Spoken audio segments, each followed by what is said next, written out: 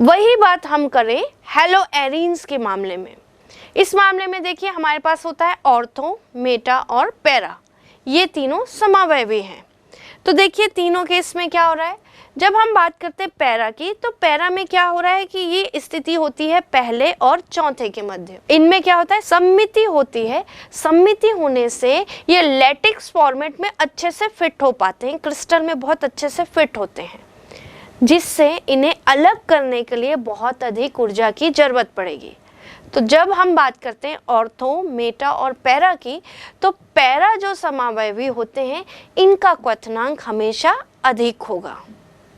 चलिए और क्या फैक्टर अफेक्ट करते हैं, तो देखिए नेक्स्ट कि अगर आप हैलोजेंस की संख्या बढ़ाते गए तो हैलोजेंस की संख्या बढ़ने से भी क्या होगा, क्वथनांक बढ़ता जाता है।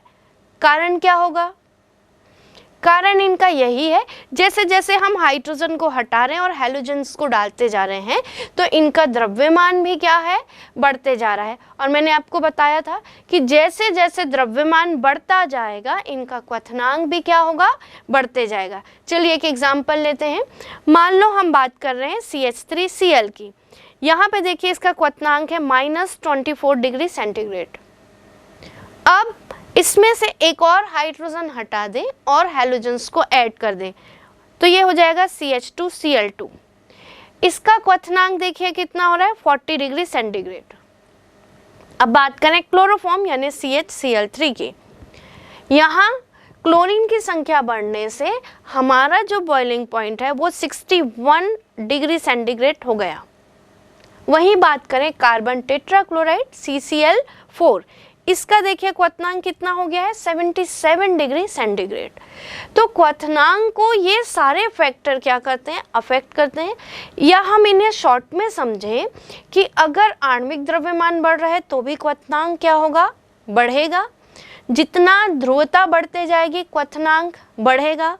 जितना इनमें आकर्षण बढ़ते जाएगा, अंतराण्विक आकर्षण, जैसे द्विध्रुव और द्विध्रुव की बात कर रहे थे हम और वंडरवॉल आकर्षण की बात, तो इन तीनों कारण से इनके क्वथनांक क्या होंगे, बढ़ते जाते हैं। क्वथनांक को समझने के बाद चलिए इसकी प्रैक्टिस करते हैं। हम कुछ एक प्रश्न को समझते हैं। पहला प्रश्न देखिए, मान लो हमने लिया है normal butyl bromide, isobutyl bromide और टर्सरी ब्यूटिल ब्रोमाइड। तो इनके क्वथनांक में हमें ये बताना है कि किसका क्वथनांक अधिक होगा, इसका क्रम बताना है। साथ ही साथ हमें ये भी बताना है ऐसा क्यों। तो चले बना के देखते हैं। तो पहले आप क्या करेंगे, एक हमने देख लिया है कि किस प्रकार संरचना बनानी है, नामकरण सभी सीखा है हमने। तो पहले हम स्वयं क्या करेंगे, संरचना बनाकर देखेंगे। चलिए तो संरचना बनाते हैं नॉर्मल ब्यूटिल ब्रोमाइड की, फिर बनाएं आइसोब्यूटिल ब्रोमाइड और टर्सरी ब्यूटिल ब्रोमाइड। जब यहाँ पे हम संरचना बनाते हैं तो हमें ये क्लियर दिख रहा है कि जो नॉर्मल ब्यूटिल ब्रोमाइड है इसमें एक के बाद एक कार्बन जो है 4 कार्बन हमारे जुड़ते जा रहे हैं। जबकि वही बात हम जब करते हैं टर्सरी ब्यूटिल ब्रोमाइड की, तो यहाँ पे हमें बहुत सारी श्रृंखलाएं देखने को मिलती है। अब इससे होगा क्या, तो जब नॉर्मल ब्यूटिल ब्रोमाइड बन रहा था तो यहाँ क्या हो गया कि पृष्ठ का क्षेत्रफल अधिक था। पृष्ठ का क्षेत्रफल अधिक होने से जो इनके अंतराण्विक आकर्षण है, जैसे वंडरवॉल आकर्षण है, ये सब क्या है, अधिक है। तो ये अधिक होंगे तो क्वथनांक भी क्या हो जाता है, अधिक होगा। लेकिन जैसे जैसे हम क्या कर रहे हैं, यहाँ शाखाएं बढ़ा रहे हैं तो क्वथनांक क्या होगा, कम होगा। तो इसका सही जो जवाब हम समझ सकते हैं वो ये है कि सबसे ज़्यादा यहाँ पे क्वथनांक होगा नॉर्मल ब्यूटिल ब्रोमाइड का, फिर आइसोब्यूटिल ब्रोमाइड का, और सबसे कम जो क्वथनांक है वो टर्सरी ब्यूटिल ब्रोमाइड का होगा। क्लियर है। चलिए एक प्रश्न और हम देखते हैं अपनी प्रैक्टिस के लिए। चलिए हमें क्या है कि कुछ एक यौगिक दिए गए हैं। मान लो हम ले रहे हैं ब्रोमोमेथेन, ब्रोमोफॉर्म, क्लोरोमेथेन और डाईब्रोमोमेथेन। इन्हें हमें व्यवस्थित करना है इनके बॉइलिंग पॉइंट के बढ़ते क्रम में। इसी का एक और प्रश्न ले लें, 1 क्लोरोप्रोपेन, आइसोप्रोपिल क्लोराइड, 1 क्लोरोब्यूटेन। चलिए इसे हल करते हैं। तो पहले हम क्या किए, सभी संरचनाएं बना लेते हैं। अब देखें कि मेथिल क्लोराइड ले रहे हैं, मेथिल ब्रोमाइड है। तो हमने देखा था कि जैसे जैसे हम आवर्त सारणी में नीचे की ओर आते हैं परमाणु द्रव्यमान क्या हो रहा था, बढ़ रहा था। तो क्लोरीन और ब्रोमीन की अगर तुलना कर रहे हैं तो ब्रोमीन का परमाणु द्रव्यमान अधिक होगा। ठीक, अब हमारे पास कुछ एग्जाम्पल ऐसे हैं इसमें जिसमें ब्रोमीन की संख्या बढ़ते जा रही है। तो जितना ब्रोमीन की संख्या बढ़ते जाएगी इनका द्रव्यमान भी क्या होगा, बढ़ते जाएगा। तो इसी बेसिस पे हम इसे बना सकते हैं। तो सबसे कम द्रव्यमान जो होगा वो किसका होगा, ये होगा हमारा CH3Cl का। इसके बाद होगा CH3Br, फिर CH2Br2 और CHBr3। कारण स्पष्ट है, जैसे जैसे आणविक द्रव्यमान बढ़ता जाएगा इनका क्वथनांक भी क्या होगा, बढ़ता जाएगा। चलिए नेक्स्ट क्वेश्चन देखें। यहाँ देखिए कि हम कौन सा वाला लॉजिक लगाएंगे कि जैसे जैसे शाखा बढ़ती जाती है इनका क्वथनांक क्या होगा, कम होते जाएगा। देखिए बात करें, यहाँ हमें एग्जाम्पल मिला है 1 क्लोरोप्रोपेन, आइसोप्रोपिल क्लोराइड और 1 क्लोरोब्यूटेन। यहाँ देखिए कि शाखा होने के कारण जो आइसोप्रोपिल क्लोराइड है इसका क्वथनांक कम होगा। तो हमें ये ध्यान रखना है कि किन किन टॉपिक में हमें क्या क्या कॉन्सेप्ट लगाकर इसे हल करना है। अभिक्रिया, तो नाभिक स्नेही क्या हुए, ऐसे ग्रुप जिनके पास इलेक्ट्रॉनों की संख्या बहुत ज़्यादा है, जिसके कारण वो ऐसी जगह में आक्रमण करते हैं जहाँ पे इलेक्ट्रॉन की संख्या कम होती है और धन आवेश बहुत अधिक होता है। इन्हें हम कहते हैं नाभिक स्नेही। यहाँ दूसरा शब्द जो है प्रतिस्थापन। तो इसके लिए समझिए कि ये जो कार्बन है, कार्बन जो हमारे एल्किल हैलाइड का कार्बन है, इसमें चार तरफ से आप बंध देख रहे हैं। एक बंध हैलोजन के साथ है और 3 बंध किसके साथ है, हाइड्रोजन के साथ। यहाँ हमने पहले ही समझ लिया है कि कार्बन और हैलोजन का जो बंध होता है वो हल्का सा आंशिक क्या है, वो ध्रुवीय होता है। कारण हमने देखा ही था कि हमारा हैलोजन जो है उसकी विद्युत ऋणात्मकता बहुत अधिक होती है। विद्युत ऋणात्मकता अधिक होने के कारण हैलोजन्स क्या करते हैं, साझे के इलेक्ट्रॉनों को अपनी ओर आकर्षित करते हैं और वो वहाँ से चले जाते हैं। हैलोजन्स के जाने के बाद उनकी जगह पर हमारे ये जो नाभिक स्नेही हैं आकर आक्रमण करते हैं और बंध का निर्माण करते हैं। तो इस प्रकार की अभिक्रिया को हम कहते हैं नाभिक स्नेही प्रतिस्थापन अभिक्रिया। अब ये जो अभिक्रिया है इसमें हमने ये समझ लिया है कि एक नाभिक स्नेही आएगा, पर अभिक्रिया की जब हम डिटेल में जाते हैं तो ये अभिक्रिया 2 प्रकार की है, SN1 और SN2। चलिए धीरे धीरे हम आगे बढ़ते हैं, क्या है SN1 और SN2। पहले बात रखते हैं हम SN1 के बारे में। SN1 क्या है, नाभिक स्नेही प्रतिस्थापन अभिक्रिया। 1 यहाँ पे जो है ये इसकी बलगतकी से आया है कि अभिक्रिया की जो दर है इसके बारे में हम जब डिटेल में जाएंगे तब हमें समझ आ रहा है कि ये एक आणविक अभिक्रिया है। चलिए समझते हैं क्या है ये। तो देखिए क्या होता है कि जो हमारे नाभिक स्नेही है वो किस प्रकार आक्रमण कर रहे हैं, ये बहुत महत्व रखता है। जैसे ही वहाँ से हमारा हैलाइड हटता है तो कार्बन के ऊपर एक आवेश आ जाता है जो है धन आवेश। इस धन आवेशित कार्बन को हम क्या कहते हैं, कार्ब कैटायन। कार्बन है इसलिए कार्ब, धन आवेश के कारण इसका नाम हुआ कार्ब कैटायन। ये कार्ब कैटायन पे जब भी कोई नाभिक स्नेही आक्रमण करेगा तो हमें अलग अलग प्रकार के उत्पाद मिलेंगे, क्योंकि हमारे पास तो बहुत सारे नाभिक स्नेही होते हैं। ये आकर आक्रमण करेंगे और हमें अलग अलग प्रकार के उत्पाद देते हैं। तो इस अभिक्रिया की मदद से हम क्या करते हैं कि हम एल्किल हैलाइड से अलग अलग उत्पाद बना सकते हैं। चलिए, हमारे पास बहुत सारे ऐसे नाभिक स्नेही हैं जो अभिक्रिया करते हैं और हमें उत्पाद देंगे। चलिए इनके बारे में चर्चा करते हैं। चलिए, आप यहाँ स्क्रीन में देख पा रहे होंगे कि बहुत सारे हमारे पास नाभिक स्नेही हैं। इनके साथ कैसे क्रिया होगी और किस प्रकार के उत्पाद बनते हैं। पहला हमारे पास अभिकर्मक है NaOH और KOH। यहाँ देखिए, नाभिक स्नेही का कार्य करेगा OH, यहाँ ऑक्सीजन के ऊपर एकाकी इलेक्ट्रॉन है। ये जब एल्किल हैलाइड से अभिक्रिया करते हैं तो हमें उत्पाद के रूप में प्राप्त होगा अल्कोहल। अभिक्रिया कुछ इस प्रकार होगी, RBr प्लस KOH, ये हमें देंगे C2H5OH अगर आपने एथिल ब्रोमाइड लिया है, प्लस KBr। इसी प्रकार अब देखें दूसरा अभिकर्मक, हमारे पास दूसरा अभिकर्मक है H2O।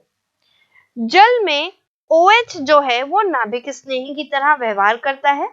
ये जब अभिक्रिया करता है तो हैलोजन को हटाकर वहां पे OH ऐड हो जाएगा, जिससे हमें उत्पाद के रूप में क्या मिलेगा, अल्कोहल ROH।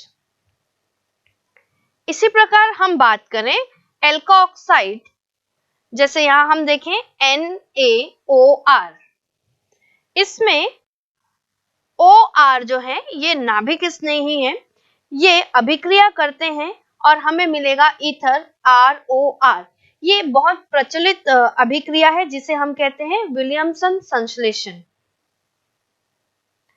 आगे देखते हैं हम, हमारा अभिकर्मक है सोडियम आयोडाइड NaI। इसमें नाभिक स्नेही के रूप में है आयोडीन, जिसे हम आयोडाइड के रूप में लिखे हैं।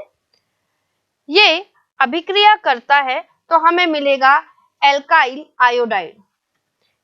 इसी प्रकार नेक्स्ट देखिए अमोनिया NH3।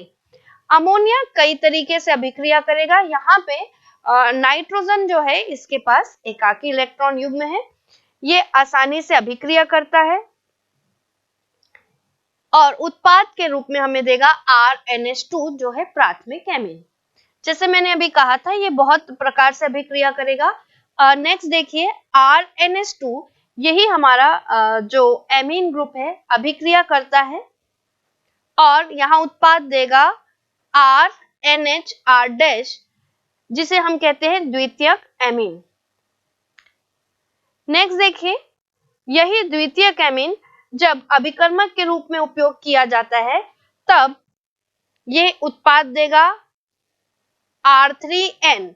3 प्रकार के एल्किल ग्रुप है, ये समान भी हो सकते हैं और अलग अलग प्रकार के भी। इसे हम कहेंगे तृतीयक एमीन। आगे देख रहे हैं हम सारणी में पोटेशियम साइनाइड KCN। KCN में CN जो है साइनाइड जो है ये लिगेंड के समान व्यवहार, साइनाइड जो है ये नाभिक स्नेही है, ये अभिक्रिया करेंगे और हमें देंगे एल्किल साइनाइड। इसके बाद हम देखते हैं सारणी में सोडियम, इसके बाद हम देखते हैं सिल्वर साइनाइड AgCN। AgCN जो है नाभिक स्नेही है, ये अभिक्रिया करता है। यहाँ देखिए नाइट्रोजन जो है ये इलेक्ट्रॉन दान करेगा और ये कार्बन से जुड़ता है एल्किल ग्रुप के कार्बन से, इसलिए यहाँ पे हम इसे आइसोनाइट्राइल कहेंगे, जिसकी चर्चा हमने की थी कि किस प्रकार नाभिक स्नेही होते हैं। ये एक उभयधर्मी नाभिक स्नेही है। इसी का एक और एग्जाम्पल देखें KNO2। यहाँ पे NO2 ग्रुप भी उभयधर्मी नाभिक स्नेही है। ONO यहाँ पे नाभिक स्नेही है। ऑक्सीजन ही एल्किल ग्रुप को बंध निर्माण करवा रहा है, उत्पाद होगा एल्काइल नाइट्राइड। इसी प्रकार AgNO2, यहाँ देखेंगे हम कि ऑक्सीजन जो है ये, यहाँ हम देखते हैं कि नाइट्रोजन जो है एल्किल ग्रुप से जुड़ता है, तो हमें जो उत्पाद मिलेगा वो होगा नाइट्रो एल्केन। इसमें हम नेक्स्ट अभिकर्मक देखें RCOOAG। इस अभिकर्मक में नाभिक स्नेही है RCOO, जो अभिक्रिया करके RCOOR एस्टर बनाता है। चलिए आगे देखें, लिथियम एल्युमिनियम हाइड्राइड LiAlH4, इसमें HI नाभिक स्नेही है, यह अभिक्रिया करके हमें हाइड्रोकार्बन एल्केन देगा। आगे देखें ROH एल्कोहल, इसमें नाभिक स्नेही का कार्य कर रहा है R- एल्काइल ग्रुप, ये अभिक्रिया करके हमें हायर एल्केन देते हैं। CH3 CH2 CH2 CH2Br अथवा CH3 CH2 CHBr CH3। यहां देखिए CH3 CH2 CH2 CH2Br, ये एक प्राथमिक एल्किल हैलाइड होने के कारण इसमें क्या होगी, त्रिविम बाधा उत्पन्न नहीं होती, तो ये आसानी से क्या करेगा, SN2 अभिक्रिया करता है। दूसरा युग्मक है CH3 CH2 CHBr CH3 अथवा CH3 CH3 twice Br। यहाँ CH3 CH2 CHBr CH3, क्योंकि ये द्वितीयक एल्किल हैलाइड है जो कि तृतीयक एल्किल हैलाइड की तुलना में अधिक तीव्रता से क्या करेगा, SN2 अभिक्रिया करता है। वहीं हम बात करें तीसरे युग्मक की CH3 CH CH3 CH2 CH2Br अथवा CH3 CH2 CH CH3 CH2Br। इस युग्मक में CH3 CH CH3 CH2 CH2Br, इसमें प्रतिस्थापी मेथिल समूह के हैलाइड से दूर होने के कारण त्रिविम बाधा क्या होगी, कम होगी, अतः ये भी SN2 अभिक्रिया के वेग यहाँ पे अधिक होंगे। चलिए कुछ और एग्जाम्पल देखें। हैलोजन यौगिक के निम्न युगलों में से कौन सा यौगिक तीव्रता से SN1 अभिक्रिया करेगा? पहला है और दूसरा। चलिए देखें, पहले में क्योंकि यहाँ पे तृतीयक कार्बोकेटायन का स्थायित्व तो अधिक होता है, इस कारण से तृतीयक एल्किल हैलाइड की अभिक्रियाशीलता SN1 अभिक्रिया के लिए द्वितीयक एल्किल हैलाइड से अधिक होती है। वहीं दूसरे युग्मक में आए CH3 CH2 CH2 CH2 CH2 CHCl CH3, क्योंकि प्राथमिक कार्बोकेटायन की तुलना में द्वितीयक कार्बोकेटायन का स्थायित्व तो अधिक होता है, इस कारण से यहाँ भी SN1 अभिक्रिया अधिक होगी। हमने अभी देखा कि बहुत सारे ऐसी अभिक्रियाएं हुई जिनमें नाभिक स्नेही आकर आक्रमण करते हैं। कुछ इम्पोर्टेंट जो नाभिक स्नेही होते हैं उनमें ऐसा होता है कि 2 पॉइंट ऐसे होते हैं जो इलेक्ट्रॉन दान कर सकते हैं, इन्हें हम कहते हैं उभयधर्मिक नाभिक स्नेही एम्बिडिएंट न्यूक्लियोफाइल। क्या है ये एम्बिडिएंट न्यूक्लियोफाइल? इनमें एक से ज्यादा सेंटर ऐसे होते हैं जो इलेक्ट्रॉन दान कर सकते हैं। चलिए एक एग्जाम्पल ले लेते हैं। हम एग्जाम्पल लेते हैं साइनाइड का। साइनाइड में हमारे पास कार्बन है और नाइट्रोजन है। कार्बन के पास भी इलेक्ट्रॉन अधिक होता है और नाइट्रोजन के पास भी। जब आक्रमण करते समय कार्बन अगर एल्किल ग्रुप को इलेक्ट्रॉन दे रहा है, वहाँ पे कार्बन जुड़ रहा है, तब इस समय हमें जो उत्पाद मिलेगा हम इसे कहेंगे एल्किल साइनाइड। वहीं दूसरी तरफ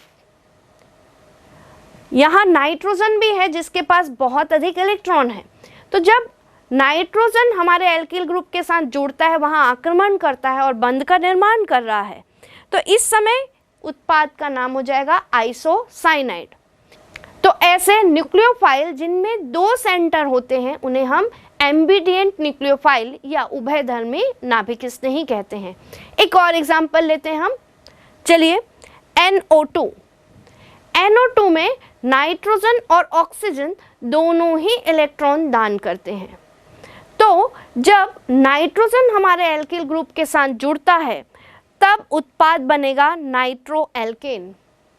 वहीं अगर ऑक्सीजन हमारे एल्किल ग्रुप के साथ जुड़ता है और ऑक्सीजन की तरफ से इलेक्ट्रॉन दिया जा रहा है, तब जो कंपाउंड बनेगा वो होगा एल्काइल नाइट्राइड। तो इस प्रकार हमने देखा न्यूक्लियोफाइल भी अलग अलग प्रकार के होते हैं। अब बात चल रही थी कि SN1 और SN2 मैकेनिज्म क्या है। इसकी क्रियाविधि को पूरा अच्छे से हमें समझना है, तो इसके लिए आइए आगे देखें। मैकेनिज्म को अच्छे से समझने के लिए कुछ एक कॉन्सेप्ट हमें ध्यान में रखना है। जब भी रासायनिक अभिक्रियाएं होती हैं, ये तो हमें क्लियर है कि कुछ बंध टूटते हैं तो कुछ नए बंध वहाँ पे बनते हैं। तो यहाँ बंध कहाँ टूटे थे? हमारा हैलोजन जो है, जो कि लिविंग ग्रुप है, निर्मोची समूह, जो यहाँ से जाएगा, एक यहाँ चेंज होगा कि पहले यहाँ पे बंध टूटेंगे। दूसरा चेंज कब होगा? जब नाभिक स्नेही आएगा, तो नाभिक स्नेही आकर जब कार्बन पे अटैक करेगा, वहाँ पे बंध का निर्माण होगा। तो ये दो बेसिक चेंज हमको ध्यान रखना है कि जब हम मैकेनिज्म पे आगे जाएंगे हमें बहुत काम आएगा। तो चलिए मैकेनिज्म पे बात करते हैं। SN1, जैसे हमने देखा कि SN1 नाभिक स्नेही अभिक्रिया है, जिसमें केवल एक क्रियाकारक जो है वो अभिक्रिया की दर को प्रभावित करता है। अब ये हम कैसे समझेंगे कि कौन सा क्रियाकारक कैसे अभिक्रिया की गति को प्रभावित करता है? चलिए इसे थोड़ा और डिटेल में समझते हैं। चलिए इसके लिए देखें कि जो SN1 अभिक्रिया है ये 2 स्टेप में होती है।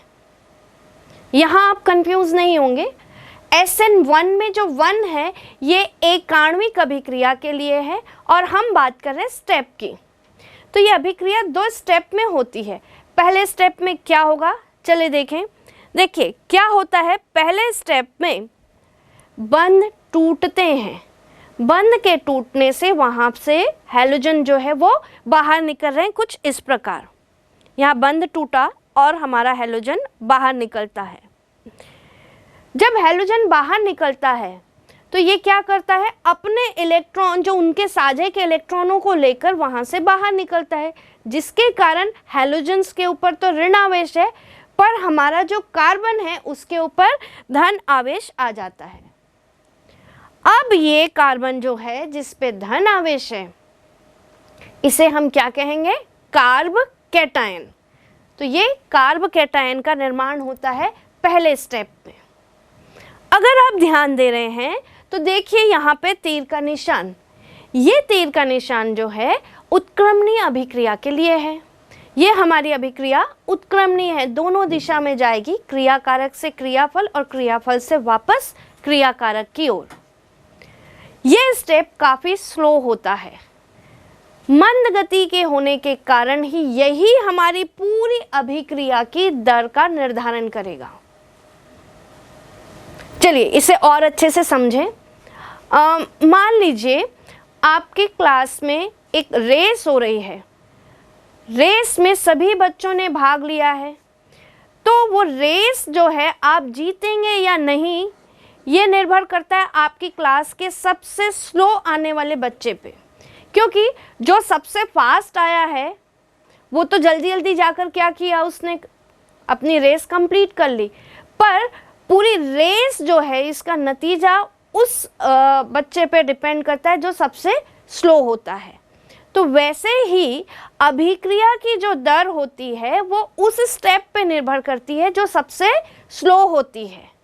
तो यहाँ 2 स्टेप में से आपका जो पहला स्टेप है ये सबसे स्लो स्टेप है, और इसी स्लो स्टेप के कारण अभिक्रिया की दर इस पहले स्टेप पे निर्भर करती है। ये तो हुआ क्लियर। अब देखिए यहाँ पे पहले स्टेप में हमारे पास कितने अभिकर्मक भाग ले रहे हैं। यहाँ पे केवल हमारा एल्किल हैलाइड भाग ले रहा है। तो इन केवल एक अभिकर्मक होने के कारण ये कैसी हुई, एक आणविक अभिक्रिया हुई, इसीलिए हमने यहाँ पे लिखा है SN1। अब ये बिल्कुल क्लियर हो गया कि SN1 हम क्यों लिखते हैं। अब देखिए कि पहले स्टेप में तो हमारे पास कार्ब कैटायन बन गया, दूसरे स्टेप में क्या होगा। दूसरे स्टेप में न्यूक्लियोफाइल आकर आक्रमण करता है। तो अब कार्ब कैटायन पर न्यूक्लियोफाइल आकर आक्रमण करता है। यहाँ ध्यान दीजिएगा, जो कार्ब कैटायन है ये समतल होते हैं। कार्ब कैटायन समतल होने के कारण न्यूक्लियोफाइल लेफ्ट से भी और राइट से भी आकर आक्रमण कर सकता है। इसे हम आगे चर्चा करेंगे। तो न्यूक्लियोफाइल यहाँ पे आकर आक्रमण करता है और जैसे ही न्यूक्लियोफाइल आक्रमण करता है हमारी अभिक्रिया पूरी हो जाती है। तो हमने ये जान लिया कि SN1 अभिक्रिया जो है वो 2 स्टेप में होती है, पर इस पूरी अभिक्रिया के लिए दर निर्धारण करने का स्टेप जो होता है पहला स्टेप है, क्योंकि वो स्लो स्टेप होता है।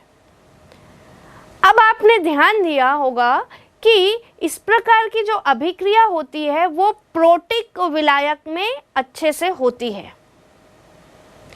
क्या होते हैं ये प्रोटिक विलायक? ऐसे विलायक जो प्रोटॉन देते हैं, H+ देते हैं, इन्हें हम कहते हैं प्रोटिक विलायक। क्या क्या हो सकते हैं ये हो सकता है जल, क्योंकि जल जब भी हमें ज़रूरत होगी आसानी से H+ दे देता है। ये हो सकते हैं हमारे अल्कोहल ROH, क्योंकि जब हमें इससे भी ज़रूरत होगी तो ये हमें आसानी से H+ देगा। तो ऐसी अभिक्रिया इनमें बहुत आसानी से होती है। आप पूरा चैप्टर समझ रहे होंगे तो आपके मन में ये प्रश्न आ रहा होगा कि जब अभिक्रिया होनी थी, न्यूक्लियोफाइल आकर आक्रमण करना था, तो ये अभिक्रिया 2 स्टेप में क्यों हो रही है, एक ही बार में क्यों नहीं हो गई? तो चलिए इसका आंसर ढूंढें। अभिक्रिया एक ही बार में इसलिए नहीं हुई क्योंकि हमारा जो कार्बन है जो बदल गया कार्ब कैटायन में, वो कवर था 3 तरफ से हाइड्रोजन से और 1 तरफ से हैलोजन्स पे। तो न्यूक्लियोफाइल यहाँ पे आकर डायरेक्ट आक्रमण नहीं कर पा रहा था क्योंकि वो ढका हुआ था। हमको क्या करना था कि इस कार्बन को एक्सपोज करना था। हम क्या करते हैं, हाइड्रोजन को या फिर हैलोजन्स को वहाँ से हटाते जाते हैं ताकि आक्रमण आसान हो। तो इसलिए यह अभिक्रिया क्या हुई, 2 स्टेप में हुई। पहले स्टेप में हैलोजन हटता है जिससे जो कार्बन है वो एक्सपोज हो सके ताकि उसमें न्यूक्लियोफाइल आकर आक्रमण कर सके। अब यहाँ पे देखिए प्रोटिक विलायक का काम। प्रोटिक विलायक क्या करता है, ये हमारे हैलोजन्स को लेकर जाता है, क्योंकि हैलोजन्स को लेकर जाने के लिए भी तो कोई चाहिए। तो हैलोजन्स को लेने कौन आते हैं, H+, प्रोटॉन आते हैं। प्रोटॉन हैलोजन्स के साथ रिएक्शन करते हैं और उसे वहाँ से हटा देते हैं। जैसे ही हैलोजन हटता है हमारे कार्बन के ऊपर जो धन आवेश है वो एक्सपोज हो जाता है और जिससे आसानी से वहाँ पे नाभिक स्नेही आक्रमण कर सकता है। तो अब क्लियर हो गया होगा कि SN1 में प्रोटिक विलायक का क्या कार्य है, कौन सा स्टेप जो है वो अभिक्रिया की दर का निर्धारण करता है और साथ ही साथ एक हमने जो लिखा उसका क्या महत्व है। यहाँ पूरी अभिक्रिया की जो दर है वो केवल हमारे एल्काइल हैलाइड की सांद्रता पर निर्भर करती है। यहाँ नाभिक स्नेही की सांद्रता अभिक्रिया की दर को प्रभावित नहीं करती है, इसलिए ये हमारा SN1 अभिक्रिया कहलाती है।